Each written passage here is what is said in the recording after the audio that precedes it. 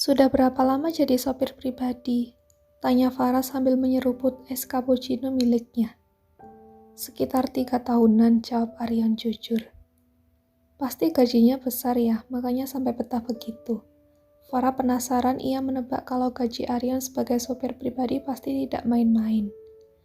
Terlihat dari kacamata hitam yang ia selipkan di atas kancing baju kemeja yang ia pakai.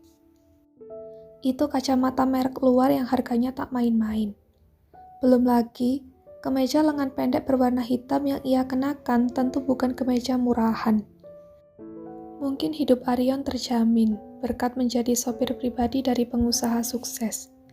Bisa dibilang cukup, jawabnya dengan wajah santai.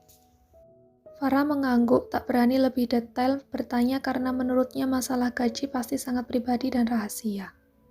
Kamu sudah menikah? Jiwa kepo Farah tiba-tiba meronta. Ada rasa penasaran yang tiba-tiba saja muncul di kepalanya. Yang Farah lihat, Aryan cukup dewasa. Kemungkinan lebih tua beberapa tahun daripada dirinya.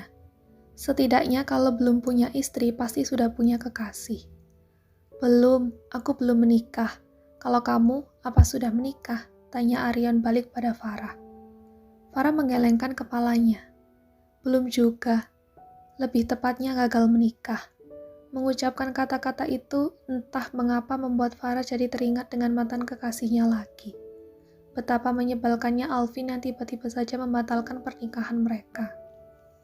Nanti kamu pasti bisa dapat pengganti yang lebih baik, ujar Aryan langsung. Seolah tak mau mencari tahu lagi kenapa Farah gagal menikah. Mungkin Aryan berusaha untuk menjaga perasaan Farah agar tak teringat lagi tentang masa lalu. Farah menaikkan satu sudut bibirnya. Semoga saja, gumamnya pelan. Tanpa terasa, hampir 1 jam perbincangan mereka di kedai kopi tersebut. Saling bertukar cerita dan saling mendengarkan satu sama lain. Farah juga sempat meminta akun media sosial milik Aryan. Siapa tahu masih bisa menjalin pertemanan baik lewat sana. Sementara dari seberang jalan kedai kopi, Daryl yang sedang pergi berdua untuk makan siang bersama Jessie, melihat sosok Aryan yang tengah duduk bersama seorang perempuan di kedai kopi tersebut. Mata Daryl memicing, ia melihat dengan jelas siapa sosok perempuan yang diajak ngobrol oleh Aryan. Daryl berharap supaya ini adalah perselingkuhan yang diam-diam Aryan lakukan di belakang Jessie. Dengan begitu, Jessie bisa segera putus dari sopir pribadinya itu, tanpa perlu bersusah payah memisahkan mereka dengan cara paksa. Baru saja Daryl hendak membuat surprise untuk Jessie, dengan menunjukkan padanya kalau Aryan sedang bersama dengan seorang perempuan lain. Tapi, malah Daryl lah yang dibuat surprise duluan dengan sosok perempuan yang sedang bersama dengan Aryan. Farah, gumam Daryl pelan. Matanya membulat sempurna melihat sosok Farah yang tengah tertawa bersama Aryan di seberang sana. Seketika itu Daryl geram. Tangannya menggepal kesal melihat senyum Farah yang ia lemparkan pada Aryan. Ingin rasanya saat itu juga memberikan pelajaran pada Aryan. Bagaimana bisa kalau kedua perempuan yang dekat dengan Daryl rupanya dekat juga dengan laki-laki itu. Jessie tak boleh sampai tahu. Kalau sampai Jessie mengetahui tentang Farah, bisa semakin sulit lagi untuk dekat dengan Jessie. Padahal baru seminggu ini Jessie seperti mulai membuka sedikit hatinya untuk Daryl. Dengan bersikap lebih manis dan tak menolak saat Daryl menggenggam tangannya. Kamu lihat apa sih? Tanya Jessie pada Daryl yang sedari tadi memandang ke seberang jalan.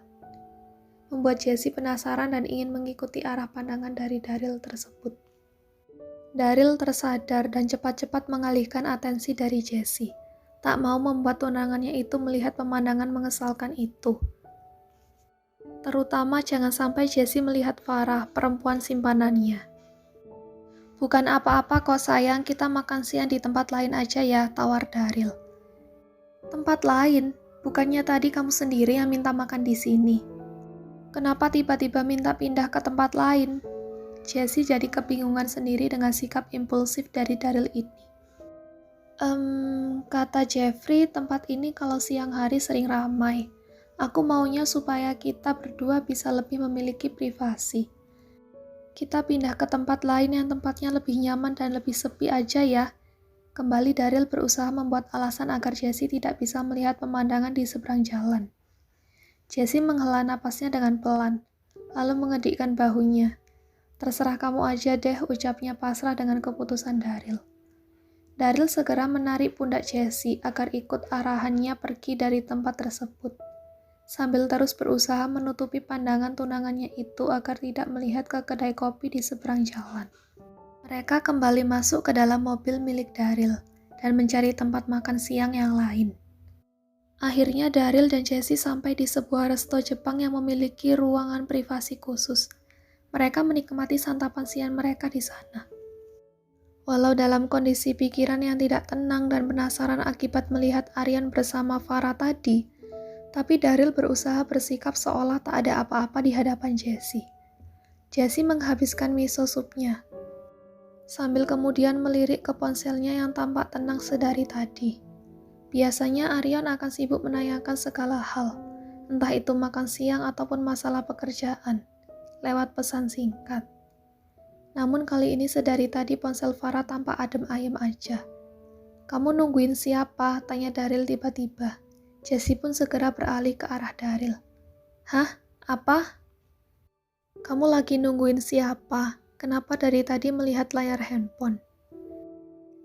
Sedari tadi, Daryl jelas-jelas melihat ekspresi cemas dari wajah Jessie sambil terus-terusan melirik ke layar ponselnya. Nggak ada kok," ujar Jessie berbohong. Daryl tak mau mencari tahu lagi, karena pastinya Jessie sedang menunggu kabar dari Aryan. "Jess," Daryl menyentuh tangan Jessie. "Aku boleh minta sesuatu sama kamu?" Jessie nampak mengangkat kedua alisnya. "Minta apa?" "Minta perhatian kamu," kata Daryl. "Maksudnya?" "Perhatian kamu saat ini sedang berdua begini. Kamu tahu kan kita itu nggak punya banyak waktu untuk berduaan. Jadi saat seperti inilah waktu yang berkualitas untuk kita berdua. Aku pengen ngobrol dengan kamu lebih dalam lagi. Tolong jangan sibuk melihat HP saat kita sedang berdua. Atau kamu ingin langsung saja kita mengunci kamar lagi agar bisa jauh lebih privasi?" Penjabaran Daryl cukup membuat Jessie tercengang. Daryl bahkan bisa sejujur itu untuk protes masalah dirinya yang terus melirik ponselnya. "Maaf," jawab Jessie lirih. "Untuk apa minta maaf?" "Karena tidak memperhatikan kamu." Jessie dan Daryl kini saling bertukar pandangan. Baru kali ini Daryl mendengar kata maaf dari bibir tunangannya. Biasanya kata maaf itu sering keluar saat Jessie datang terlambat ke acara yang mereka atur. Apa maaf kali ini bermakna lain? Apa Jessie sudah benar mau membuka hati untuk Daryl? Apalagi selama seminggu ini Jessie memang bersikap baik padanya. Semakin membuka peluang bagi Daryl untuk lebih dekat. Tentunya Daryl harus bersabar sampai hari pernikahannya nanti terjadi.